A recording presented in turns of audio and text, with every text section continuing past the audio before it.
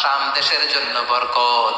আবার বিশ্বনবী বলতেন আল্লাহুম্মা বারিক লানা ফি শামিনা, আল্লাহ আপনি আমার শাম দেশের উপরে বরকত দিয়েছে দেন। সুবহানাল্লাহ।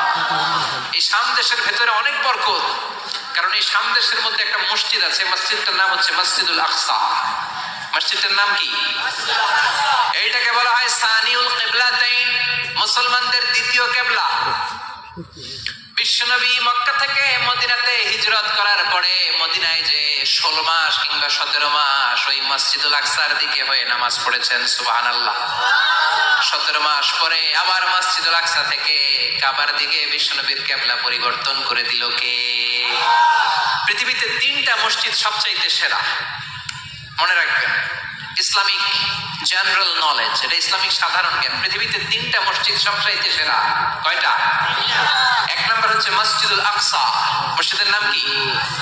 সুবহানাল্লাযী আসরা বিআবদিহি লাইলাম মিনাল মাসজিদিল হারামি ইলাল মাসজিদিল আকসা। প্রশংসা ওই আল্লাহর, যিনি তার নবীকে, যিনি তার বান্দাকে মেরাজের রাতে মসজিদুল হারাম থেকে মসজিদুল আকসায় ভ্রমণ করিয়েছে। মেরাজের রাত্রিতে বিশ্বনবী ওই মসজিদটা ভ্রমণ করেছিলেন এবং বিশ্বনবী বলেছেন, খবরদার, স্পেশাল সওয়াবের নিয়তে, বিশেষ সওয়াব পাওয়া যাবে এই নিয়তে পৃথিবীর 3টা মসজিদ ছাড়া আর কোন মসজিদে সফর করা জায়েজ। তার প্রথম হলো মসজিদুল আকসা। এই মসজিদুল আকসার ভেতরে 1 রাকাত নামাজ পড়লে 500 রাকাতের সওয়াব দেয় কে? 2 নাম্বার মসজিদে নববী, বিশ্বনবীর কবর যেই মসজিদের মধ্যে রয়েছে, ওই মসজিদে 1 রাকাত নামাজ পড়লে 1000 রাকাত নামাজের সওয়াব দেয় কে? 3 নাম্বার মসজিদুল হারাম, যেই মসজিদুল হারামের মাঝখানে আল্লাহর ঘর রয়েছে, ওই ঘরে 1 রাকাত নামাজ পড়লে 1 লক্ষ রাকাতের সওয়াব আমল নামায় দিবে কে? আর যদি জামাতে পড়েন আরো 27 গুণ বেশি, তার মানে 1 রাকাতে 27 লক্ষ রাকাতের সওয়াব। সুবহানাল্লাহ কইবেন না? যাইতে মনে চায় সৌদি আরব, যাইতে মনে চায় মক্কা, যেতে মনে চায় মদিনাতে। বিশ্বনবী শুয়ে আছেন সেখানে, দেখা দাও রাসূলুল্লাহ,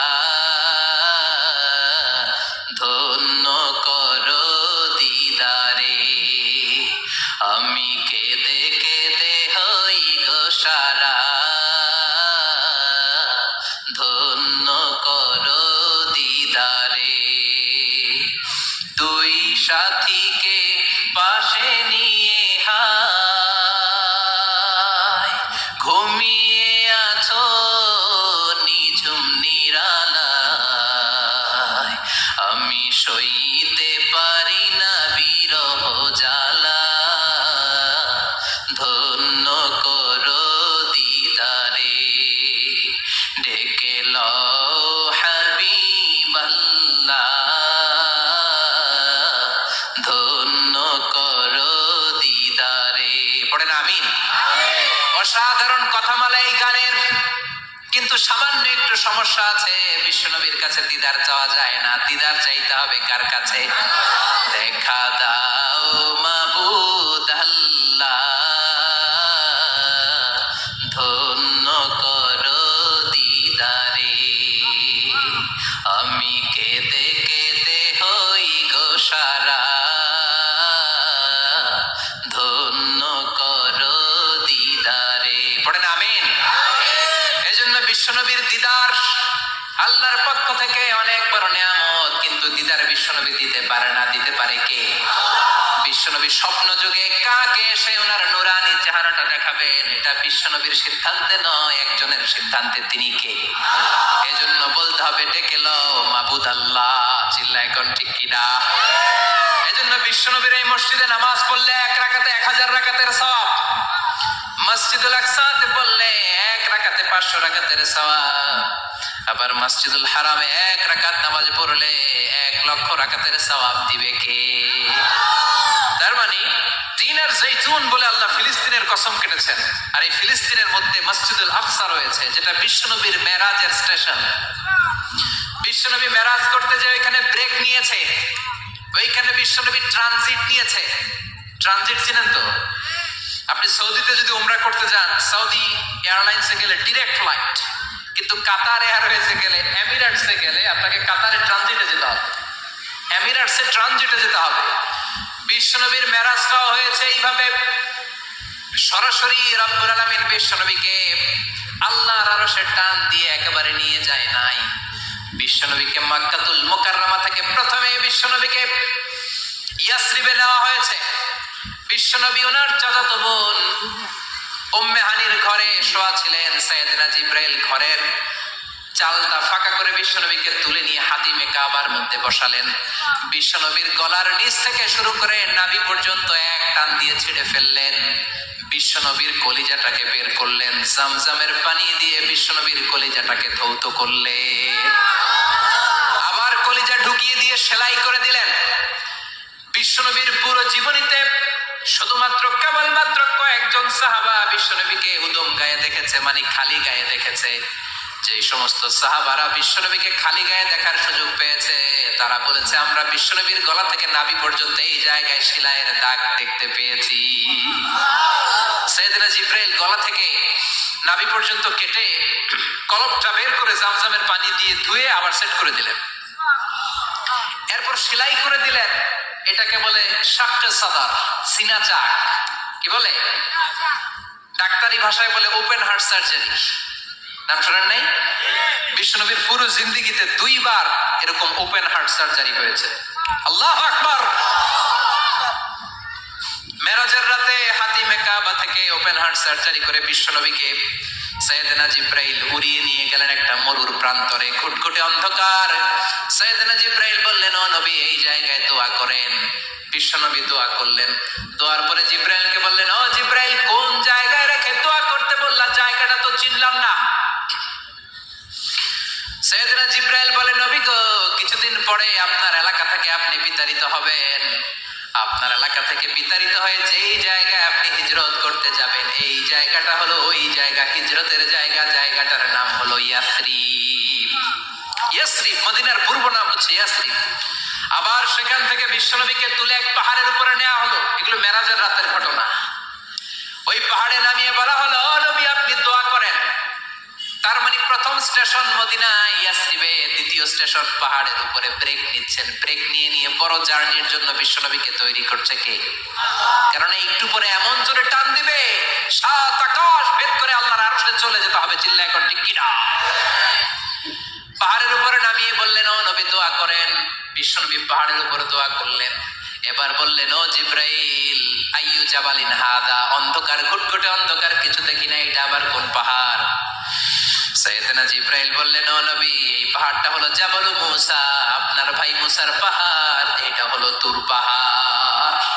তুর পাহাড়ের চূড়ায় এসেছেন। সেখান থেকে আরেক ব্রেক দিয়ে বিশ্বনবীকে মসজিদুল আকসাতে নেওয়া হয়েছে। যে মসজিদুল আকসা ফিলিস্তিনের ভূখণ্ডে অবস্থিত, যে মসজিদে 1 রাকাত সালাত আদায় করলে 500 রাকাতের সওয়াব আমলনামায় ঢুকিয়ে দিবে কে? আবার এই ফিলিস্তিন বিলাদুশ শাম, এই শামদের যেন তেন জায়গা নয়। 2টা বর্ণনায় পাওয়া যায় কিয়ামতের ময়দানটা হবে আরাফাতের ময়দানে। আবার আরেকটা বর্ণনায় পাওয়া যায় কিয়ামতের ময়দানটা হবে সিরিয়া, ফিলিস্তিন, এই শামের ভূখণ্ডের ময়দানে। পড়েন সুবহানাল্লাহ। সাইয়েদনা ঈসা আলাইহিস সালাম দাজ্জালকে হত্যা করার জন্য বাংলাদেশে নামবে না। দাজ্জালকে হত্যা করার জন্য সৌদি আরবেও নামবে না, মিশরেও নামবে না, ইরাকেও নামবে না, লেবাননেও নামবে না, আলজেরিয়াতেও নামবে না, তিউনিসিয়াতেও নামবে না, মরক্কোতেও নামবে না। সাইয়েদনা ঈসা আলাইহিস সালাম দাজ্জালকে হত্যা করার জন্য ফিলিস্তিনের দামেস্কের জামে মসজিদের সবচেয়ে বড় মিনারার পাশে 2 জন ফেরেশতার পাখার উপরে ভর করে জমিনে নেমে আসবে। এই জায়গাটা অনেক গুরুত্বপূর্ণ জায়গা। আল্লাহ বলেছেন, বারাকনা হাওলা, এই পুরো এলাকাটাকে আমি বরকত দিয়ে ছেয়ে দিয়েছি। পড়েন আল্লাহু আকবার। আবার এই জায়গায় বিশাল একটা যুদ্ধ হবে। ফিলিস্তিনের একটা শহর আছে আল গৌতা। এই গৌতা শহরে মুসলমানদের কেন্দ্রবিন্দু হবে। কিয়ামতের আগ দিয়ে যা যা ঘটবে সব এই ফিলিস্তিনে ঘটবে। এই জন্য তিন আর জাইতুনের কসম কাটার মধ্য দিয়ে ফিলিস্তিনের কসম কেটেছে কে? এই ফিলিস্তিনের বাইতুল হাম, যেটাকে বলে বেথেলহাম, এই বেথেলহাম সিটিতে ঈসা আলাইহিস সালামের জন্ম। সুবহানাল্লাহ পড়েন। মনে থাকবে? কোন শহরে? বেথেলহাম। বেথেলহাম শহরে ঈসা আলাইহিস সালামের জন্ম। তার মানে আল্লাহ ঈসা নবীর জন্মস্থানের কসম কাটলেন। এরপরে আল্লাহ বললেন ওয়াতুরে সিনিন, তুর পাহাড়ের কসম, সিনাই পর্বতের কসম। তুর পাহাড় হলো মিশরে, মিশর হলো মুসা আলাইহিস সালামের জন্মস্থান। আর ওয়াহাদাল বালাদিল আমিন, এই নিরাপদ শহরের কসম, মানে মক্কাতুল মুকাররমার কসম। মক্কা মুকাররমা কার জন্মস্থান? জোরে বলেন, আরো জোরে বলেন। বিশ্বনবীর জন্মস্থান। তিনজন বড় বড় পয়গাম্বর যে তিন দেশে এসেছে, আল্লাহ তিনটা দেশের কসম কাটলেন। তিনটা বড় বড় শরীয়তের ধারক বাহক এই তিনজন নবী, উলুল আজমি মিনার রাসূল। এজন্য আল্লাহ বললেন ওয়াত-তিনি ওয়াজ-যাইতুনি ওয়া তুরি সিনিনা ওয়া হাযাল বালাদিল আমিন। তিন আর যাইতুনের কসম, মানে ফিলিস্তিনের কসম।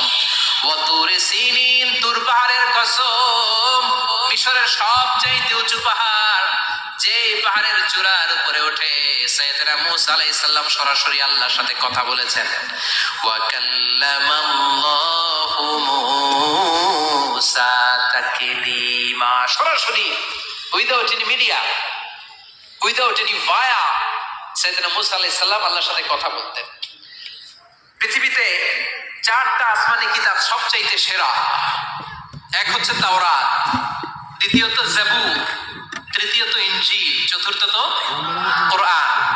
তাওরাত আল্লাহ নাজিল করেছেন সাইয়েদনা মূসা আলাইহিস সালামের উপর, জাবুর নাজিল করেছেন দাউদ আলাইহিস সালামের উপর, ইনজিল নাজিল করেছেন ঈসা আলাইহিস সালামের উপর, আর বিশ্বনবীর উপর নাজিল করেছেন কোরআন। ঠিক কিনা?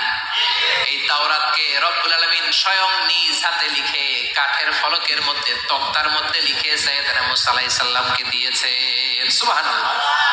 এটাকে আরবিতে বলে আলওয়াহ। লাউহের প্লুরাল হচ্ছে আলওয়াহ। কাঠের তক্তার মধ্যে আল্লাহ নিজে তাওরাত লিখেছেন। কিসের মধ্যে লিখছেন? কথা বলেন, শুনতেছেন? মনোযোগ আছে? কাঠের তক্তার মধ্যে তাওরাত লিখলেন। লিখে মূসা আলাইহিস সালামকে বললেন, মূসা ফিহি বুরহান, ফিহি হুদা, ফিহি হিদায়া। এই হচ্ছে তাওরাত কিতাব, আমি নিজ হাতে লিখে দিয়েছি। এর মধ্যে হেদায়েত আছে, এর মধ্যে বরকত আছে, এর মধ্যে বুরহান আছে, দলিল আছে। যাও এই কাঠের তক্তার মধ্যে লেখা তাওরাত কিতাবকে নিয়ে যাও, বনি ইসরাইলের কাছে এই তাওরাত কিতাবের দাওয়াত দাও। সাইয়েদনা মূসা আলাইহিস সালাম ছিলেন অনেক শক্তিশালী নবী। উনি ভাবলেন অল্প কয়েকটা তক্তা, কাউকে ডাকার দরকার নাই, আমার ভাই হারুন রে লাগবে না, আমি যথেষ্ট। আমার ভাই হারুন রে কষ্ট করে পাহাড়ের উপরে টেনে আনার দরকার নাই, 3-4টা তক্তা আমি নিজেই নিতে পারবো। নিজেই নিতে পারবো মনে করে সাইয়েদনা মূসা আলাইহিস সালাম আল্লাহর লেখা তক্তার উপরে যে তাওরাতের ফলক, এই ফলক ধরে টান দিয়েছে উঠানোর জন্য। আল্লাহ যেহেতু কিতাব দিয়েছে নিয়ে যায়, কিন্তু কি আজীব তামাশা, তক্তা ধরে কাঁধে তুলবে তো দূরের কথা, নাড়াতেই পারে না। সুবহানাল্লাহ, আসতে বলেন। নাড়াতেই পারে না। ওনার এত শক্তি, উনি এক থাপ্পড় মেরে ফেরাউনের বাবুর্চিকে ওই জায়গার মধ্যে দুনিয়া থেকে বিদায় করেছিলেন। এক ধাক্কা মারলে 10 জন 10 হাত দূরে যেয়ে পড়তো। উনি রেগে গেলে ওনার মাথার চুলগুলো টুপি আর পাগড়ি ভেদ করে উপরের দিকে এরকম খাড়া হয়ে দাঁড়িয়ে যেত।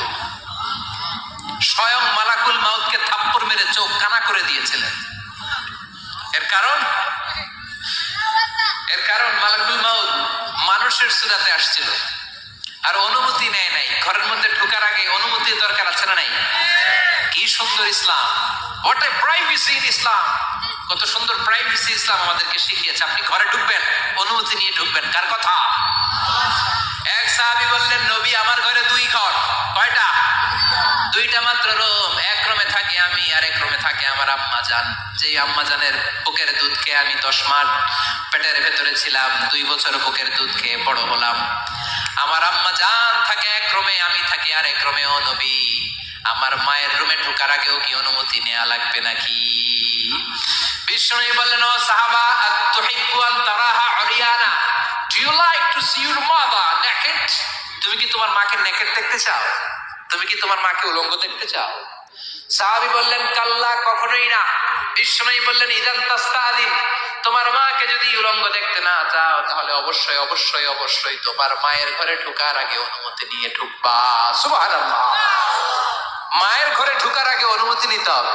তাহলে ভাইয়ের ঘরে, বোনের ঘরে, ভাবির ঘরে, হ্যাঁ ঢুকাই যাবে না। ভাবির ঘরে ঢুকা যাবে?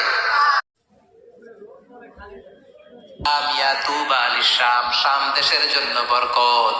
আবার বিশ্বনবী বলতেন আল্লাহুম্মা বারিক লানা ফি শামিনা, আল্লাহ আপনি আমার শাম দেশের উপরে বরকত দিয়েছে দেন। সুবহানাল্লাহ। এই শাম দেশের ভেতরে অনেক বরকত, কারণ এই শাম দেশের মধ্যে একটা মসজিদ আছে, মসজিদটার নাম হচ্ছে মসজিদুল আকসা। মসজিদটার নাম কি? এইটাকে বলা হয় সানিউল কিবলাতাইন, মুসলমানদের দ্বিতীয় কিবলা। বিশ্বনবী মক্কা থেকে মদিনাতে হিজরত করার পরে মদিনায় যে 16 মাস কিংবা 17 মাস ওই মসজিদ